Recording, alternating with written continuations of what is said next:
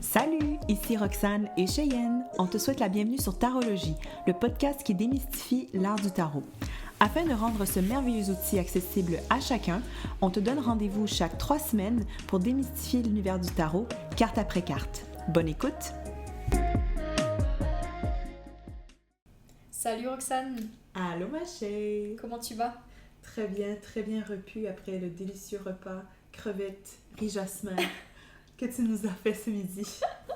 C'est bon, comme ça vous êtes au courant du menu? Oui! On a bien mangé.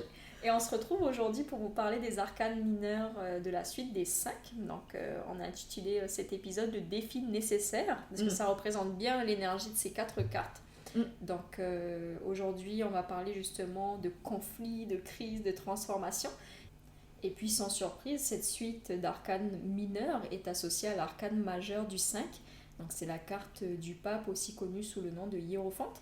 Si jamais vous voulez aller explorer un petit peu plus en détail cet arcane majeur pour en apprendre un peu plus sur la suite du 5, l'épisode est disponible, ça fait partie de nos premiers épisodes de tarologie. Donc tout un programme, puis on va y revenir un petit peu plus tard avec toi Roxane pour que tu nous expliques le lien justement avec cette carte-là. Mais dans un premier temps, allons-y avec notre petit volet promotionnel. Donc c'était pour vous annoncer, comme on l'a fait ces derniers épisodes, qu'on vous propose justement des tirages de consultation de tarot. Si toutefois vous êtes intéressé à découvrir les formules, que ça pique votre curiosité, n'hésitez pas à aller consulter le lien qui accompagne cette vidéo pour découvrir un petit peu ce qu'on propose.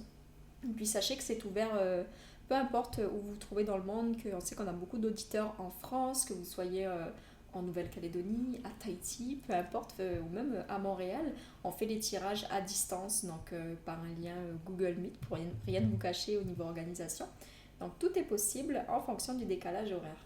Et on a aussi une offre qui est plus pour les groupes, donc là ça sera uniquement dédié à Montréal pour le moment. Et en gros, on se déplace pour vos événements, que ce soit des enterrements de vie de jeunes filles, des anniversaires, des parties d'entreprise. Donc on y va avec une petite touche d'ésotérisme dans vos événements, puis en général c'est vraiment apprécié. Là on a eu beaucoup de succès lors des derniers événements qu'on a fait. Ça intrigue les gens, donc si vous cherchez une formule un petit peu originale pour animer vos soirées, nous sommes là. Ah oui, puis on a adoré notre expérience. C'est toujours tellement chouette de rencontrer, premièrement, plein de gens que peut-être on n'aurait pas nécessairement abordé ou approché dans la rue. Des fois aussi, on a rencontré des personnes qui ont quand même une certaine notoriété, par exemple, sur les réseaux. Et puis, voilà, on aurait certainement été trop gênés peut-être de les approcher autrement. Et puis, c'est tellement chouette, c'est ça, d'interagir avec des gens qui vous apportent des cas de figure, des situations complètement distinctes. Donc, c'est super. Et puis, merci beaucoup si vous avez déjà fait appel à nos services. Et si jamais ça vous intrigue, comme l'a dit Cheyenne, n'hésitez pas à nous contacter. Tout est dans le lien qui accompagne l'audio ou la vidéo. Donc, faites-vous plaisir. Puis, contactez-nous si vous avez besoin de plus d'informations. Donc, instant promo terminé.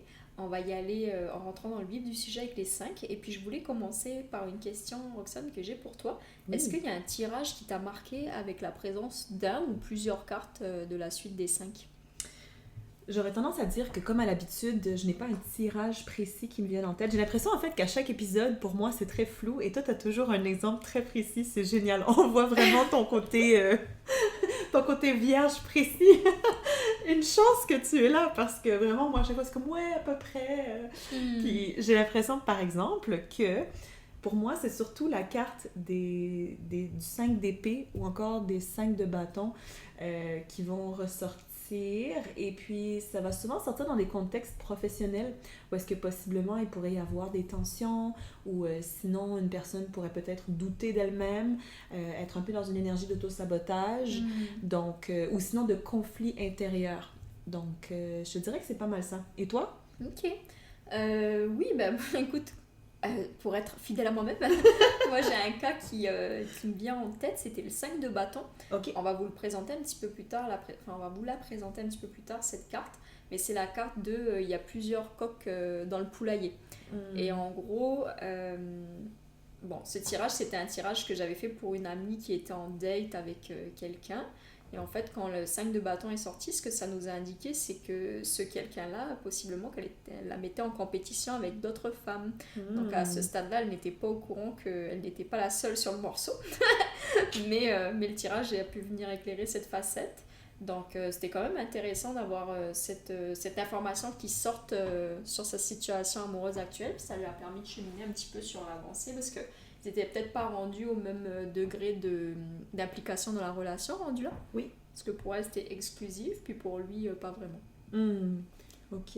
Donc, dommage dans le sens, c'est jamais une situation qui est agréable, mais d'un autre côté, c'est là où des fois le tarot peut peut-être soulever des aspects qui sont pas encore mis en lumière, qui sont un peu désagréables, mais qui au final sont bénéfiques Mais oui. pour le long terme. Mais puis elle était contente de le savoir, ça lui a permis de le nommer à la personne, puis d'avancer un petit peu, puis de pouvoir passer à un niveau supérieur dans sa décision.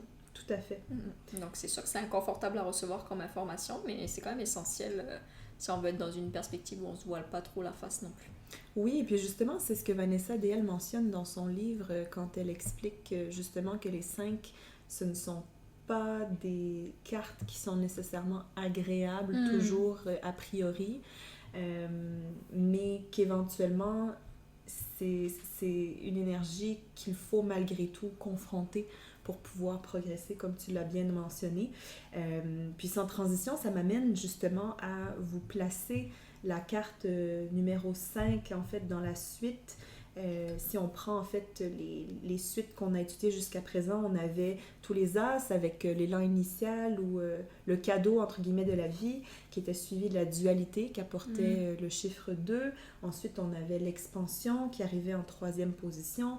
Le dernier épisode s'est penché sur la stabilisation des 4, l'équilibre, et ensuite on arrive vraiment avec l'équilibre cassé par le 5, donc le moment où la stabilité vraiment vient être mise à l'épreuve. Et puis par ailleurs, peut-être qu'on pourrait se poser la question pourquoi l'énergie des 5 est associée à celle du pape. Pour ma part, je sais que c'est une question que je me faisais. Puis, en y réfléchissant, je me suis dit, c'est vrai que le pape, premièrement, c'est la première carte dans la série des arcanes majeures où le fou se retrouve en collectivité, entre guillemets, en communauté. Et ça suit directement aussi la position du 4, qui est l'empereur, qui est l'autodétermination. Donc, une fois qu'on est fort et solide en soi et qu'on a nos désirs, que l'on protège fermement, eh bien, c'est là qu'on va rentrer dans la collectivité et où est-ce que possiblement notre empereur va se frotter à l'empereur de quelqu'un d'autre, si je peux dire ça comme ça. Et c'est là où est-ce qu'il pourrait possiblement y avoir des frictions. Mais le rôle du pape, c'est premièrement de réussir à réunir tout le monde autour de valeurs ou de projets qui soient communs, d'enseignement, de tradition. Et en deuxième lieu, je trouve qu'il rappelle aussi que dans la vie, on va souvent faire face à différentes façons justement de concevoir le monde. Et bien sûr, le pape représente la transmission d'une façon de concevoir le monde. Donc, c'est comme si, quand on fait ces rencontres, ça nous invite à remettre en question peut-être nos enseignements. Absolument, puis dans l'épisode précédent, si vous l'avez écouté sur la suite des 4, on venait justement mettre en lumière cet angle mort que tu dis de l'empereur qui serait d'avoir une rigidité parce qu'il est très cartésien, il est très carré dans ses pensées. Puis là, peut-être que le pape vient justement apporter une autre vision, quelque chose qui vienne... on va dire, ouvrir l'esprit de l'empereur qui pourrait être un petit peu rigide dans son penchant négatif.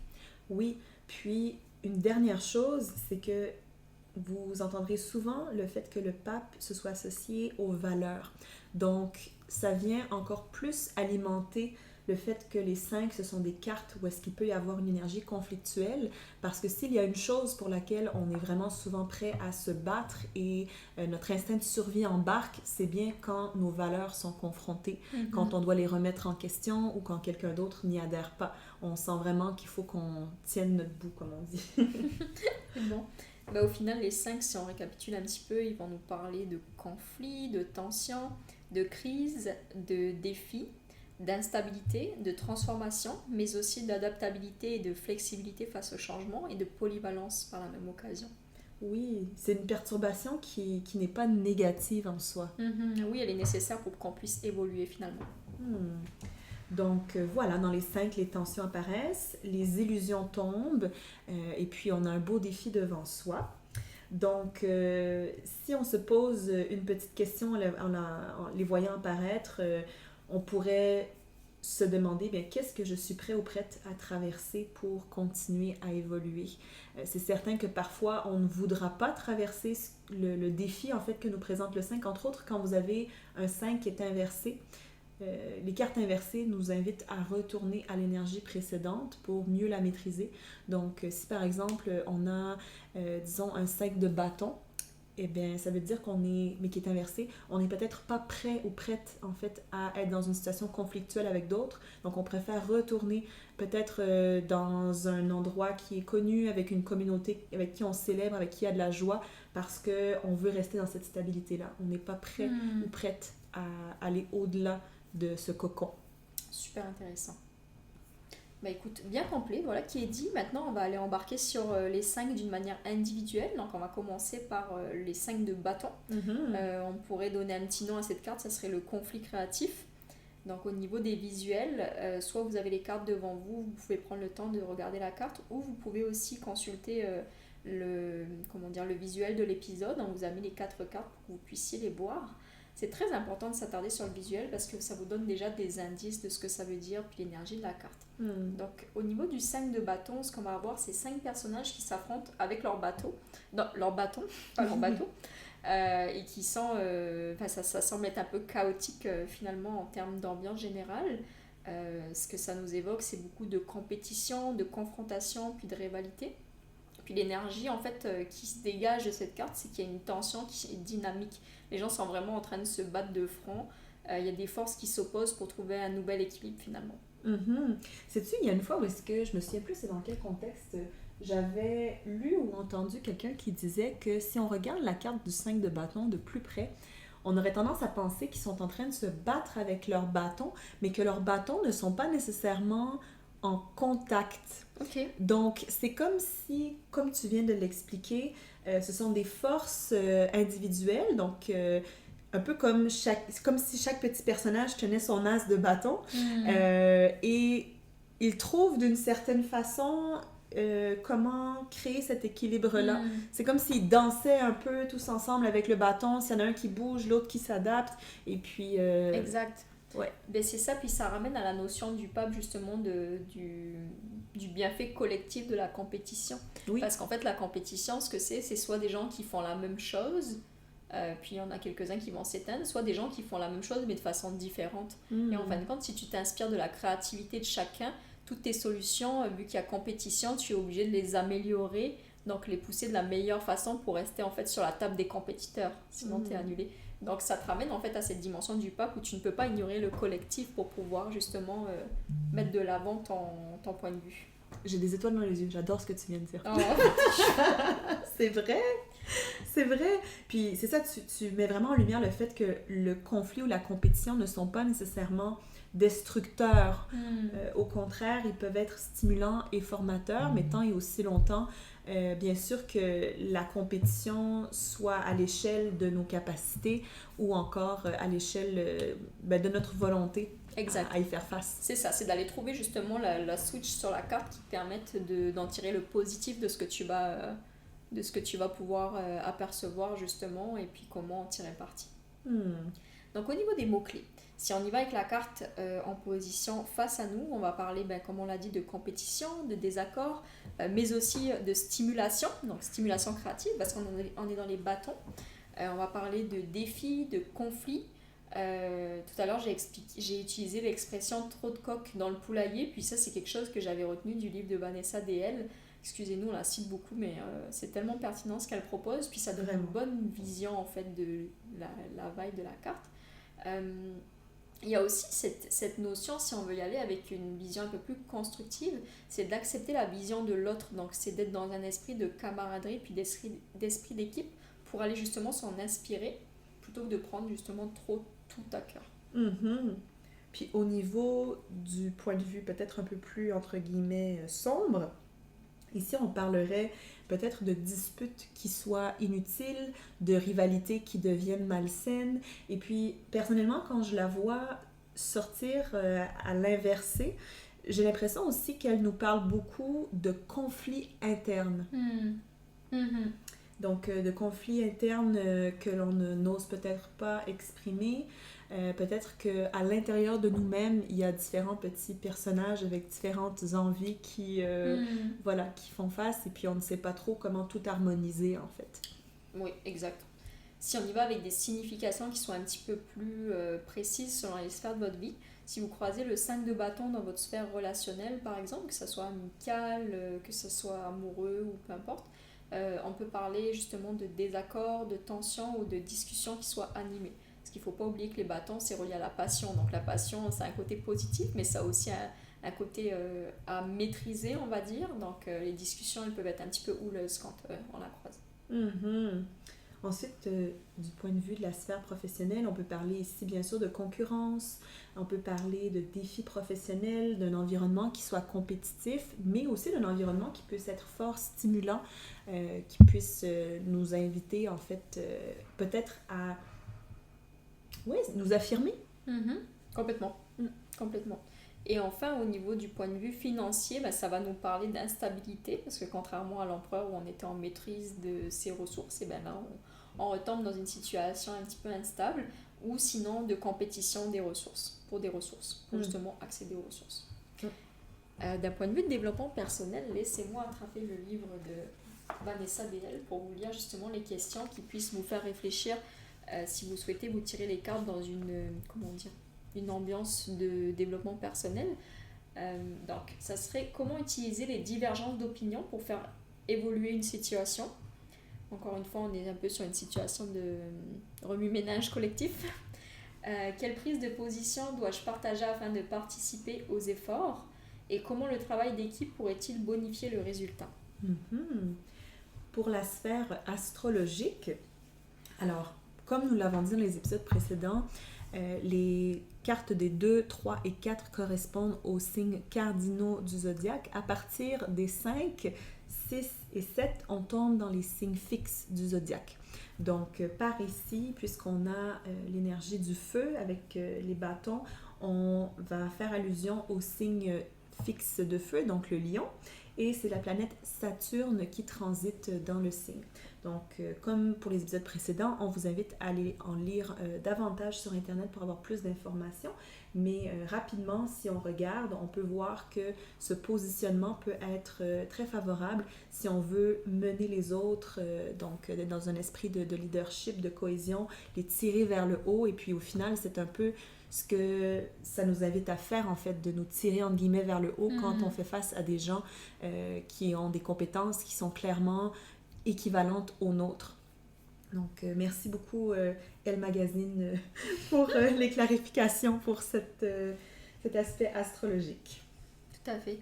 Maintenant, si on se penche sur la carte suivante, donc le 5 de coupe, nous, on l'a associé au titre La perte et le regret. Concrètement, si on la regarde, je pense qu'avec votre intuition, vous ressentez que c'est une carte qui parle de deuil, même si vous n'êtes pas familier au tarot. En fait, on y voit visuellement un personnage qui a une cape qui regarde vers le bas, le regard posé sur 3 coupes qui sont renversées. Et il y a 2 coupes qui restent debout derrière lui. Donc il n'a pas le regard posé sur les coupes qui sont debout. Les symboles qui sont associés justement, je parlais de deuil, on parle aussi de regret, de tristesse, voire même de déception. Il ne faut pas oublier que les coupes, ça parle de notre monde émotionnel. Donc c'est pour ça qu'on a des mots qui sont forts au niveau de tout ce qui est transformation puis transition émotionnelle finalement par rapport à une situation qui puisse générer un petit peu de perte. Au niveau de la comparaison avec les autres cartes, c'est le seul 5 qui est tourné vers le passé, la tristesse aussi. Alors on est vraiment effectivement dans une énergie de nostalgie qui peut parfois se convertir en une rumination excessive qui nous coupe au final de la possibilité de voir les opportunités qui se présentent à nous dans le futur. On est vraiment exclusivement concentré sur le passé. Tout à fait. Si on va de l'avant avec les mots-clés, pour être un petit peu synthétique dans la position où la carte est face à vous, ça serait donc du regret, du chagrin, de la déception. On peut parler aussi de deuil, de perte de ce qui nous a rendu heureux, il fut un temps. Et si on la plie justement à l'envers, la carte, comme tu disais Roxane, on va parler de rumination, voire même de pessimisme. Mhm. Pour les significations dans la sphère relationnelle, donc familiale, amicale, amoureuse, ici on peut bien sûr penser à une rupture ou encore à une déception affective qui nous a impacté et qu'on peine à digérer. Pour ce qui est de la sphère professionnelle, on parle d'un échec ou d'une désillusion. Et d'un point de vue financier, qu'est-ce que tu penses, Shay, qu'on pourrait dire? Ben, ça pourrait être associé à la perte ou à de mauvaises décisions. Mhm. Mais tu vois, c'est une carte qui est sur les émotions, donc ça serait... J'essaie de trouver quelque chose pour illustrer, mais par exemple, on va y aller avec, parce qu'on parle des finances, on va y aller avec la vente d'un condo. Mhm. Mettons, c'est pas forcément, on croise un 5 de coupe, c'est pas forcément que le condo il va pas bien se vendre ou quoi, mais c'est qu'on pourra avoir ce sentiment de laisser derrière quelque chose pour lequel on a investi émotionnellement du temps.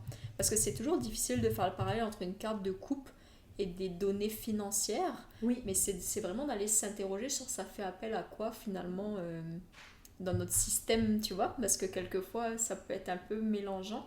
Je fais ce parallèle, en fait je pense à voix haute, mais je fais ce parallèle parce que j'ai une amie qui m'a dit qu'elle piochait jamais de coupe dans ses tirages. Elle me dit c'est trop bizarre, puis je dis mais attends, mais tes questions, est-ce que tu t'interroges des fois sur ton monde émotionnel ou c'est vraiment des questions sur ton monde matériel ou, tu sais. Elle me dit bah non parce que mes émotions en général j'arrive bien à les nommer, elles sont claires pour moi et tout ça. Je dis ok, donc si ça t'intéresse peut-être pas de tes émotions, essaie de poser par exemple une question sur le monde émotionnel d'un de tes proches, tu sais, ou quelque chose comme ça. Et là effectivement elle a eu des couples qui sont sortis. D'accord. Et en fait pourquoi je dis ça, c'est parce que c'est vrai que des fois dans le monde quand on s'interroge sur des sphères financières, tirer des coupes, ça peut nous laisser un peu perplexes. Tout à fait. Mais c'est parce que ça vient se relier à une dimension qui est plus émotionnelle que réellement financière, comme on pourrait le deviner avec des deniers face à des finances.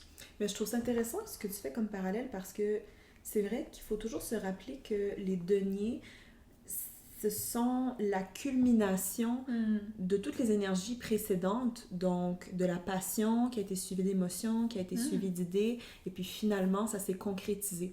Donc, comme tu dis, c'est normal que quand on pose des questions vis-à-vis du tangible, ça puisse nous rapporter aussi vers comment est-ce qu'on s'est senti à tel ou tel moment. Oui.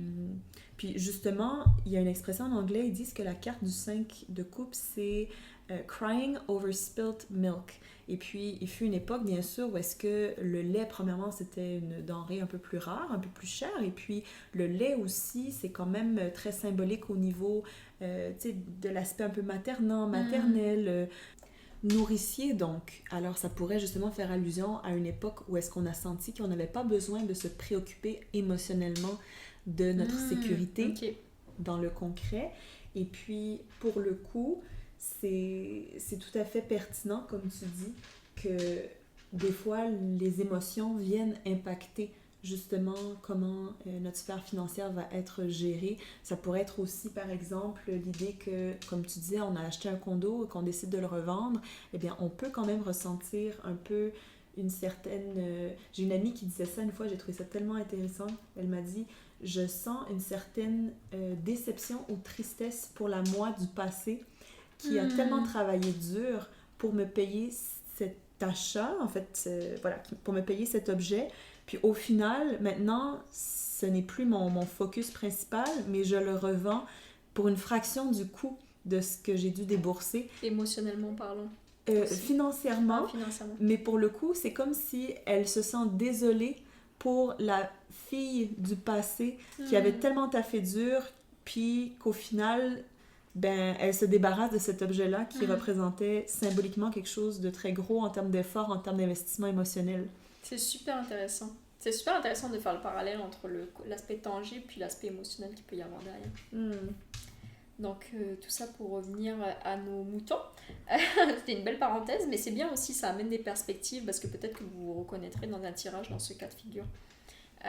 Donc au niveau de développement personnel, maintenant, si on croise le 5 de coupe, les questions qu'on peut se poser. Donc, il y aurait de quoi dois-je faire le deuil actuellement ? On est en plein dedans. Que m'enseigne cette déception ? Malgré la perte et la tristesse, envers quoi ai-je de la gratitude actuellement? Et quels souvenirs heureux me permettent de trouver de la douceur durant cette épreuve difficile? Hmm. Finalement, pour ce qui est de la sphère astrologique, ici, on tombe dans l'énergie du signe fixe d'eau, c'est-à-dire celle du Scorpion. Alors ici, c'est la planète Mars qui transite dans le signe.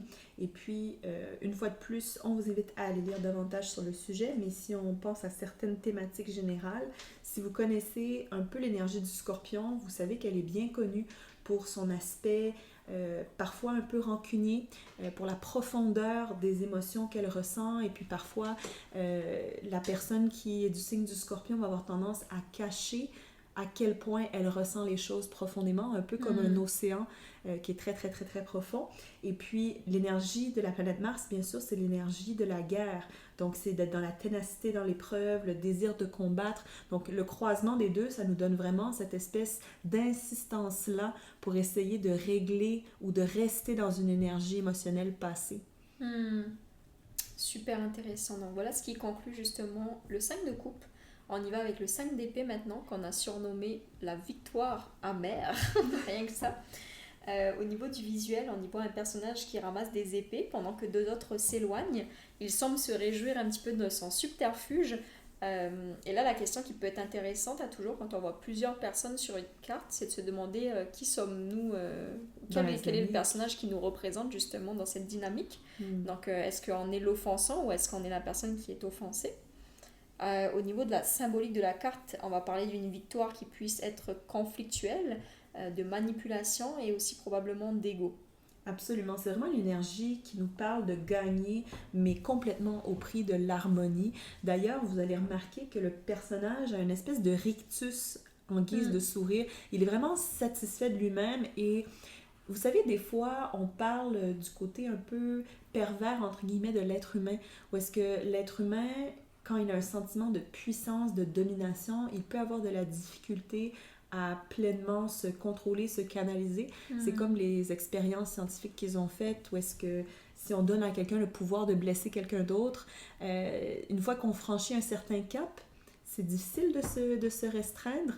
Alors, pour le coup, bon, on n'est pas du tout dans ce contexte, mais c'est juste pour illustrer le fait qu'ici, il y a une personne qui gagne clairement, mais dans une atmosphère qui est lourde, qui est tendue, et puis on voit que les deux autres personnages s'éloignent avec la tête basse. Ils ont été complètement, au final, vaincus, mais d'une façon qui n'était pas nette. Exact. Si on y va maintenant avec les mots-clés, justement, on retrouve l'aspect de domination que tu évoques dans le fait d'avoir l'ascendant sur quelqu'un et sur les émotions, sur l'art de la guerre et tout ça. On parle de conflits, de stratégies qui soient agressives et de désir d'égalité aussi. Tout à fait. Ensuite, dans le penchant négatif de la carte, ici, bien sûr, on va parler sans surprise de manipulation, on peut parler d'humiliation, on peut parler de rancune, d'injustice. Ça peut être aussi, si on se penche sur l'aspect interne, donc un discours qui soit désobligeant envers nous-mêmes, un monologue intérieur qui soit particulièrement exigeant, voire même cruel, et puis qui, sans surprise, souvent va mener à de l'auto-sabotage. Donc, comme je vous avais dit, pour le 5 de bâton inversé, ça peut souvent parler d'un conflit intérieur. Et bien, le 5 d'épée inversé peut aussi nous parler d'un conflit interne, mais je pense que dans le 5 d'épée, il y a clairement une voix, entre guillemets, qui domine les autres. Donc, dans ce cas-ci, ce serait vraiment une voix critique qui dominerait toutes les autres pensées qu'on puisse avoir, qui viendrait essayer un peu d'équilibrer pour dire... ben non, peut-être que je suis pas si mauvais ou mauvaise, etc. 100%. Si on y va un petit peu plus en profondeur dans la signification, allons-y avec la sphère relationnelle, que ce soit amicale, amoureuse, peu importe. Lorsque vous croisez cette carte, ça va parler probablement de disputes, de paroles qui puissent être blessantes et aussi de rupture de confiance avec le lien que vous avez avec la personne pour laquelle vous vous interrogez au niveau de votre dynamique. Au niveau professionnel, qu'est-ce que ça peut vouloir dire, Roxane? Ici, on peut parler bien sûr de conflit d'ego, mais quand on parle de conflit d'ego, ça peut aussi être présent dans les 5 de bâton, sauf qu'avec les 5 d'épée, là, c'est vraiment une compétition qui est verbalisée. C'est pas juste quelque chose qui est ressenti. Oui. Là, c'est vraiment souvent qu'on va essayer de dominer l'autre. Ça peut être aussi des situations où est-ce qu'il y a de la politique qui se joue en douce, où est-ce qu'une personne va stratégiser pour couper l'herbe sous le pied de l'autre. Donc, c'est une énergie qui est assez tendue et plutôt difficile à gérer dans le contexte professionnel, je pense. Oui, puis pour faire du pouce sur ce que tu dis, tu as bien fait de le souligner que c'est quelque chose de verbal, parce qu'il ne faut pas oublier qu'on est dans les épées. Les épées, c'est le mental et la communication. Donc c'est quelque chose, c'est un conflit qui est dit, c'est pas quelque chose qui est implicite. Exactement. Et au niveau des finances, on peut justement imaginer un gain qui serait obtenu suite à une compétition qui a été rude. Oui, tout à fait. Une compétition rude et puis au final, peut-être aussi que la personne, elle s'est arrangée pour couper les coins ronds, comme on dit, et obtenir ce qu'elle voulait en bout de ligne. Donc ça pourrait par exemple être de renégocier un contrat, mais de façon qui ne soit peut-être pas tout à fait équitable, ou ça pourrait être d'essayer, voilà, encore une fois, de couper l'herbe sous le pied de quelqu'un qui aurait pu autrement chercher l'équilibre avec nous. Exact. Parce qu'on est dans le 5, on n'est pas dans l'équilibre. Tout à fait. Donc, ça semble un peu abstrait ce que je vous mentionne, mais si on donne un exemple concret, ça pourrait être par exemple sur le fameux marché des achats de maison. Ça pourrait être une personne qui a fait une mise sur une maison, une autre personne qui en a fait une autre, et puis il y a une personne qui se dit, je sais que c'est pas tout à fait propre ou net ce que je vais faire, mais j'ai un piston, puis je vais connaître quelqu'un qui saura peut-être m'avantager au détriment des autres, ou je vais peut-être pouvoir même menacer quelqu'un d'autre pour pouvoir obtenir ce que je souhaite. Ça donne un bel exemple. Maintenant, si on y va avec la sphère développement personnel, les questions à vous poser si jamais vous croisez le 5 d'épée, ça serait quelles paroles ou situations m'ont blessé. Donc faire le point sur c'est quoi vraiment qui est venu pointer votre blessure. Dois-je rester pour régler la situation ou me retirer? Y a-t-il de l'abus dans la situation en question? À quoi ressemble mon discours intérieur ces jours-ci? Et puis-je faire preuve de plus d'amabilité et de douceur envers moi-même? J'aime beaucoup aussi où est-ce que les questions de Vanessa DL nous invitent aussi à se poser la question où est-ce qu'il y a de l'abus, parce que clairement ça ce serait une carte d'abus et puis de harcèlement psychologique par exemple, ou voilà. Oui, 100%. Et au niveau Astro Rox, qu'est-ce qu'on peut dire de cette carte? Oui, bien ici c'est la planète de l'amour, de la beauté, des relations, Vénus, qui transite dans le signe fixe d'air, donc le Verseau. Et puis ici, ce croisement nous invite à réinventer notre façon de communiquer, quels sont les codes en fait dans nos relations afin de les assouplir, de leur ajouter plus de douceur, et puis peut-être, comme le signe du Verseau est un signe qui est très avant-gardiste, qui est aussi très très humanitaire, d'essayer de créer des relations qui soient plus harmonieuses et qui donnent davantage l'espace à chacun de s'exprimer et d'être qui il est. Donc maintenant que les 5 d'épée ont été survolés, on y va avec les 5 de denier. Le titre qu'on a trouvé pour cette carte, ça serait l'épreuve matérielle. Sur le visuel, on voit 2 personnages qui marchent dans la neige devant une église illuminée.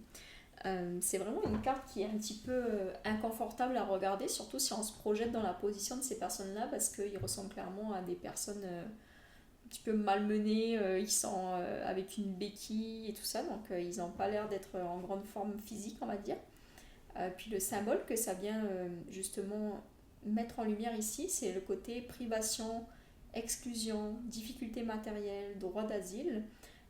On peut ressentir justement un sentiment de manque ou d'abandon ou d'incapacité à recevoir de l'aide, avec la rareté des ressources peut-être et la privation qui pourrait justement mener à une confrontation de votre ego.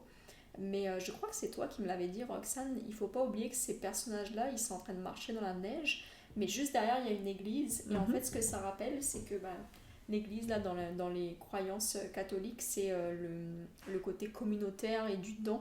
Donc, c'est qu'il y a toujours quelqu'un qui est prêt à nous apporter de l'aide au final quand on est, j'arrive pas à trouver le mot que je veux dire, mais quand on est Mal en point, oui. dans le besoin, on va dire, voilà. Oui, puis c'est intéressant cette carte-là aussi parce que l'Église, ça ne pourrait pas être une allusion plus directe au pape.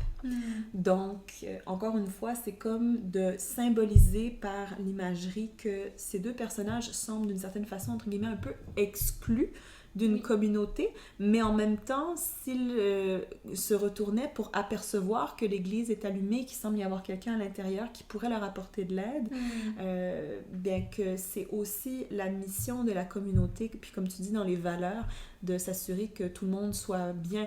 Donc, oui. Parfait. Donc, si on y va avec des mots-clés pour cette carte, on va parler bien sûr de manque, de difficulté, d'insécurité et de précarité. Et si on y va avec la carte qui serait retirée en inversé, donc à l'envers, on pourrait justement parler d'une situation d'isolement, de sentiment de rejet de la communauté. Dans les significations pour chacune des sphères, dans la sphère relationnelle, bien sûr, on parle ici d'un sentiment d'abandon ou de solitude. Puis, c'est très important de se rappeler aussi que, bon, ici, clairement, il y aurait possiblement une dynamique un peu peut-être hiérarchique au niveau du confort matériel ou du statut. Puis c'est important, même si on pense que c'est négatif de demander de l'aide, d'octroyer aussi le plaisir de donner. Je pense que c'est Vanessa DL qui le mentionne dans son ouvrage, que ça a beau confronter notre ego de ne pas avoir assez, quand on ne va pas bien, les gens, ça va leur faire d'autant plus plaisir, ils vont se sentir d'autant plus valorisés de se dire, bien, la personne à qui je tiens n'allait pas bien, puis j'ai pu lui venir en aide. Maintenant, si on y va avec la sphère professionnelle, lorsqu'on croise le 5 de denier, ça peut venir nous parler malheureusement d'instabilité, voire même de perte d'emploi. Et puis finalement, pour la sphère financière, c'est sûr que sans surprise, on va ici faire allusion à des difficultés financières. Et puis ça ne fait pas partie des 3 grandes sphères que l'on étudie normalement, mais je tiens quand même à mentionner que le 5 de denier, comme on est encore une fois dans le matériel, le tangible, donc aussi le corps humain, ça peut nous parler de petits soucis de santé. Ok, je ne le savais pas. Donc des difficultés en fait au niveau de sa santé. Puis ça pourrait justement être la leçon à tirer si on veut voir le tirage d'une façon un petit peu plus orientée solution, d'aller chercher la solution, l'aide des gens pour pouvoir, enfin l'aide de son entourage pour pouvoir résoudre ses problèmes de santé. Oui, ou des fois, par exemple, certaines personnes, quand elles avancent en âge, elles arrivent à un moment où est-ce que leur corps ne parvient plus à suivre le rythme qu'il a déjà suivi. Et puis, c'est difficile d'accepter qu'il faut, par exemple, faire appel à un membre de la famille ou un ami pour aller faire son épicerie pour soi. C'est là où est-ce qu'on est vraiment confronté. Exactement. Maintenant, si on y va avec les questions qui sont d'ordre développement personnel, je reprends mon livre et puis je vous lis ça. On aurait donc, en croisant cette carte, les questions qui pourraient être: comment puis-je recevoir de l'aide? Où puis-je trouver refuge? Que me manque-t-il et où puis-je chercher ce que je cherche? Et comment puis-je faire preuve de créativité pour acquérir ce qui me manque? Alors, on revient avec l'épisode précédent où on parlait d'empereur qui manquait peut-être de souplesse et de créativité pour pouvoir élargir son cadre. Et bien là, c'est justement là qu'on trouverait la force du pape. Tout à fait. Et puis pour conclure cette section, eh bien pour la partie astrologique, on tombe dans l'énergie du signe fixe de Terre, donc celle du Taureau. Et puis, c'est ici la planète Mercure qui transite dans le signe. Donc, Mercure, c'est la planète, bien sûr, de la communication, mais aussi du mental, de l'analyse. Et puis, le signe du Taureau, c'est un signe qui est très, très ancré dans le concret. Donc, ici, c'est de trouver une façon de communiquer, bien sûr, nos besoins concrets, mais aussi de bien réfléchir, de stabiliser notre pensée pour pouvoir parvenir à nos objectifs matériels. Génial. Donc, si on y va avec un petit récapitulatif de ce qu'on vient de dire sur les 5 cartes, commençant par le 5 de bâton, donc qui est l'énergie du feu, on irait avec justement une essence de conflit, de dynamique, avec les coupes qui seraient associées à l'eau, on pourrait parler de tristesse et de regret. Puis avec l'épée qui est associée à l'air, on parle de conflit mental et d'ego. Et enfin, avec le denier qui est associé à la terre, on va parler justement de difficultés matérielles. Mhm. Donc voilà, sans surprise, les 5 vraiment viennent nous faire réfléchir sur la transformation qui est en train de se produire dans notre vie. Mhm. Donc voilà qui est dit pour le petit récap de tout ce qu'on vient de vous dire. Maintenant, on va passer à la partie un petit peu plus applicative de nos épisodes de tarologie. Donc le but de cette partie, si vous ne connaissez pas encore, c'est de vous montrer comment comprendre la carte dans un contexte de tirage. Donc c'est un tirage qui est fictif, c'est une question qui est fictive.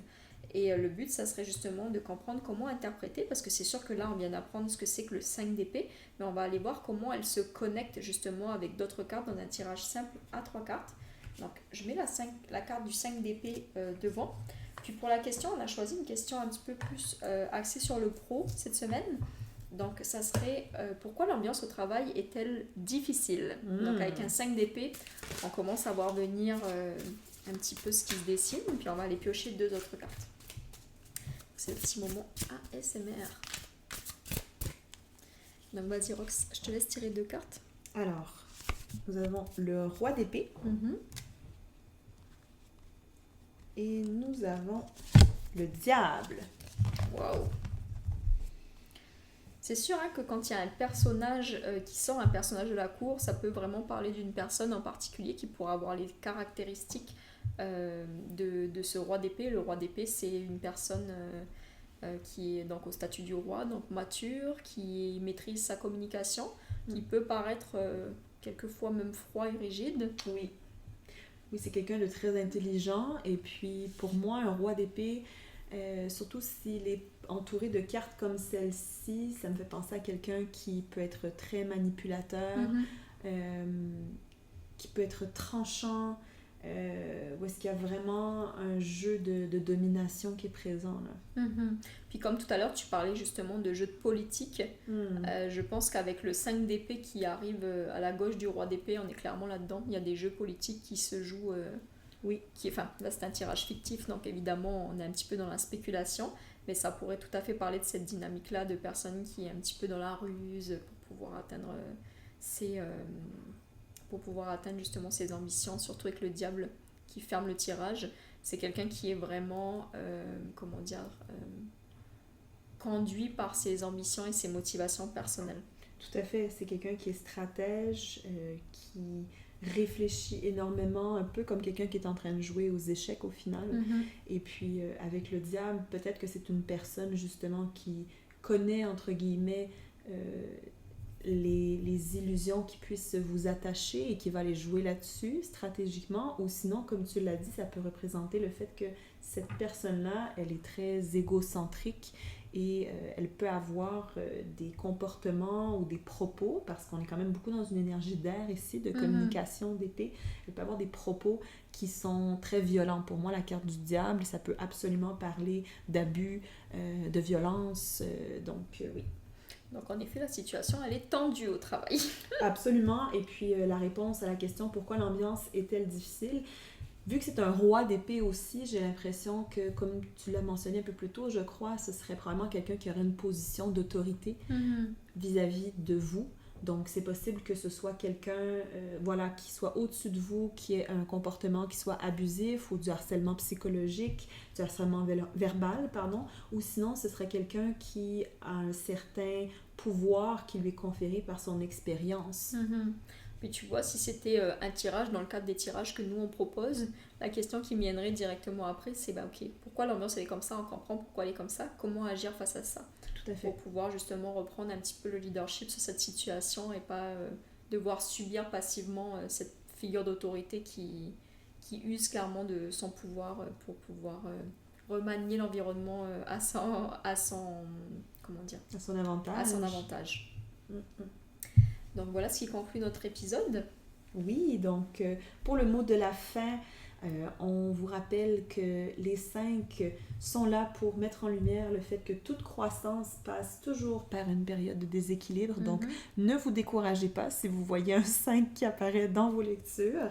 Les crises, ce ne sont pas des punitions. Ce sont des cadeaux mal emballés, comme tu le dis toujours si bien. Une expression que j'adore. Et c'est une carte, bien sûr, la carte du 5 qui éventuellement va annoncer une certaine renaissance plus tard si on accepte de tenir bon. Exactement, c'est sûr qu'on parle de prise de conscience, de transformation, donc en soi c'est confrontant mais c'est utile. Tout à fait. Donc, un gros merci pour votre écoute d'aujourd'hui. Comme à l'habitude, on vous rappelle que si vous souhaitez nous laisser un petit commentaire, un pouce ou encore des étoiles, ça nous fait toujours très, très plaisir. Parfois, ça peut nous prendre du temps à découvrir les commentaires. C'est arrivé qu'on les découvre 3 mois plus tard sur la chaîne YouTube, mais on vous promet qu'on va s'assurer d'y répondre et puis on vous promet bien sûr que ça nous fait toujours très très plaisir de les lire. Je fais du pouce sur ce que tu dis, Roxane. N'hésitez pas à noter le podcast si ce n'est pas encore fait. Nous, c'est sûr que ça nous aide beaucoup dans notre travail pour faire justement connaître le podcast puis le faire croître. Donc merci pour votre écoute du jour et puis on se retrouve dans 3 semaines pour l'épisode sur la suite des 6. Merci beaucoup, bon jeudi.